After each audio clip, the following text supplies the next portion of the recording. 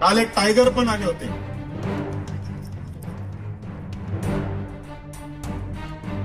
ते टायगर आले आणि ते म्हणाले की टायगर आणि लायनच्या भांडणामध्ये टायगर जिंकत असतो. मला तुम्हाला सांगायचंय, टायगर हा एकटाच चालत असतो आणि सिंह जो आहे तो सगळ्यांना घेऊन चालत असतो. सिंह हा जंगलचा राजा आहे. सिंह सगळ्यांना बरोबर घेऊन चालत असतो. तो एकटा चालण्यासारखा स्वार्थी प्राणी नाही. ते म्हणले की मी रोज रोज येऊन भाषण करायला काय कपिल शर्मा आहे काय?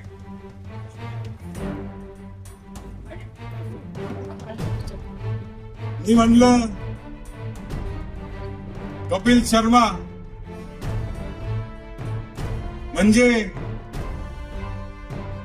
करमणूक असते.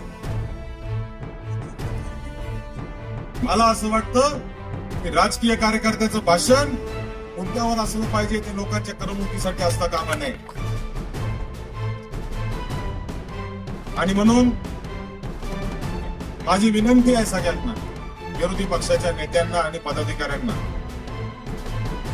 उगाच मनात आलं म्हणून काही टीका टिप्पण्या करायची बंद करा.